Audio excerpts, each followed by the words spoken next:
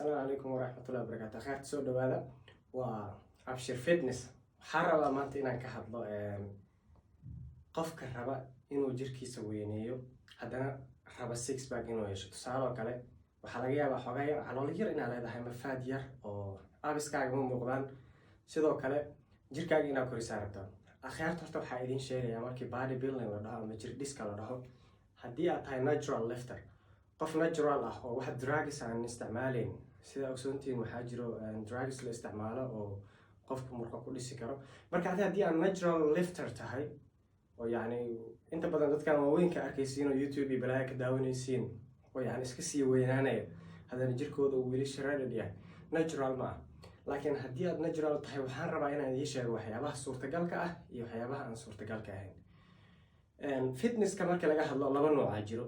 Number 1 oo ah inaad jirkaaga koriso, bulking wax la dhaho aad samayso oo kadib aad faatka iska saarto oo saas jir dhisan oo haddana shredded aad ku yeelatid, ama inaad shred samaysid oo si tartiib aad jirka u koriso adigoo faatka iska ilaalinayo. Labadaas hab ayaan rabaa inaan ka kala hadlo. Marka maxay ku kala fiican yihiin, habkee wanaagsan labadooda aad raaci kartaa? Horta number 1 waxaan ku bilaabayaa bulking ka midka aad samaynayso. Tusaale oo kale haddii aad tahay qof ka yar 65 kg oo sidoo kale body fatkiisa uusan aad u badnayn oo xeerul badan aysan saarneen, waxaan kugula talin lahaa bulking inaad samaysid.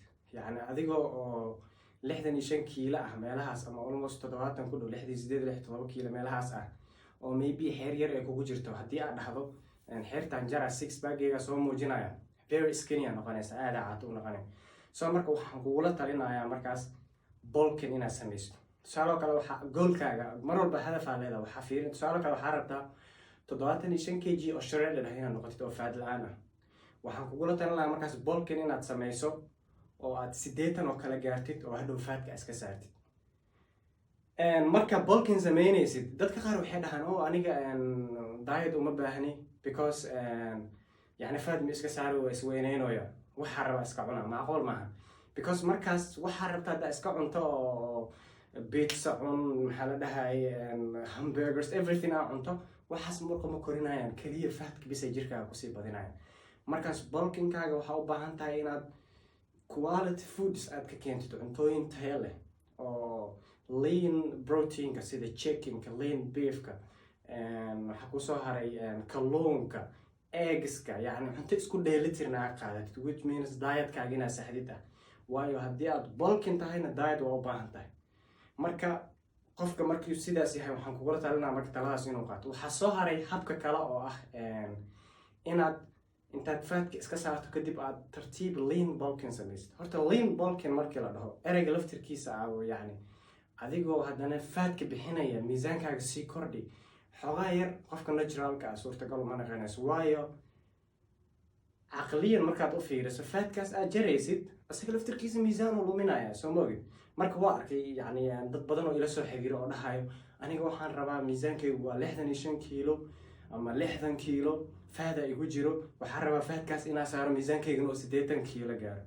marka adiga waxaa waaye marba gool inaad raacdid, waa either inaad bulking xooga saarto oo jirkaaga weynayntiisa aad xooga saarto, ama faadka aad xooga saarto. sidaan hore kugu sheegan, hadduu miisaankaaga intaas yahay, faadaaga aad bixina dhahdo skinny aa noqonaysa, aada caato u noqonay. marka mar walba waa inaad hadaf leedahay. marka labadooda lean bulkingkan oo faadka intaad jirka ka bixiso aad tartiib u wadaysid, yani natiijo ciyow ma arkaysid, yani natiijo fiican hore ma ka gaari kartid. waayo haddii aad dhahdid jirkayga wax faad inay galaan ka ilaalinaa, lean bulking aan sameynaya, time badan ay kugu qaadanaysaa yani inuu jirkaaga isbedelo oo miisaankaagana isbedelo.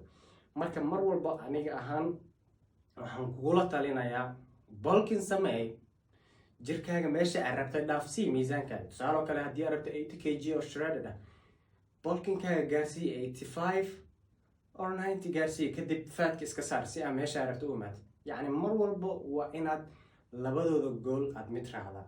haddii aad dhahdid anigoo haddana jirka weyneynayo oo haddana cutting sameyna oo wax yar marka aad jirkaaga faad yar ku darsoo ma aragtid, haddana dib u laabid, waxay noqonaysaa 2 step hore u qaaday, 2 step gadaala usoo qaaday. so ugu dambeyn meeshaada joogaysaa.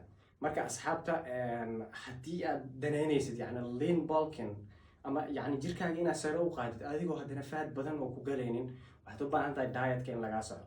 marka ila soo xiriir, aniga diyaar u ah inaan kula shaqeeyo. haddii aad muuqaalkan Instagram-ka ku daawanaysid kaliya waxaad ku dhufan kartaa linkiga profile-kayga ku jiro, toos ayuu WhatsApp ku geynayaa, ama sidoo kale DM ay soo diri kartaa, meeshaas ayaan ka wada hadli karaa. sidoo kale haddii aad muuqaalkan YouTube ku daawanaysid, isagana YouTube-ka waan soo gelinayaa, waxaan soo dhigi doonaa numberka WhatsApp-kayga iyo Instagram-kayga qaybta oo description-ka ayaan soo dhigi doonaa, meesha ayaa igala soo xiriiri kartaa. asxaabta sidoo kale sida arkaysiin screen-kan waa kanaalkayga, muuqaalo badan oo ayaa ku jiro oo aan ka sameeyey fitnesska. meeshaan hadda waxaa ka arkaysaa maxaa la cunaa gymka ka hor, post workout, 4 shay oo 6 baa ku yar, almost 20 videos ku jiraan meeshaan oo waxyaabo badan kaa caawinaya. asxaabtii Instagram-kayga daawanaya, haddii aadan hore u arkin kanaalkayga Abshir Fitness kaliya qor waa arki doontaa. kusoo biira subscriberskayga, waxyaabo badan aan soo gelin doonaa. kanaalkana sidoo kale mar dhow muuqaalo badan aan sameynayaan soo gelin doonaa, anigoo marka hadlaya cuntooyinka, anigoo ka hadlaya fitnesska. sidoo kale waxaan arkay in trainingka xoogga la saarin oo qof kasta dietkii kaliya u fiirinayo. trainingka laftirkiisa muhiim waa, executionka muhiim waa. waxaa arkaysaa qof maanta dhan just sameynaya mar walba oo xabadkiisa dana koraynin. executionka qaabka u sameynaysa muhiim waa. ayagana muuqaalo badan aan rabaa in executionka aan ka sameeyo si aan yacni u saxno qaabkan trainingka u sameynayno. marka waa mahadsantihiin asxaabta, waxaan idin leeyahay kulanti dambe. Bye bye.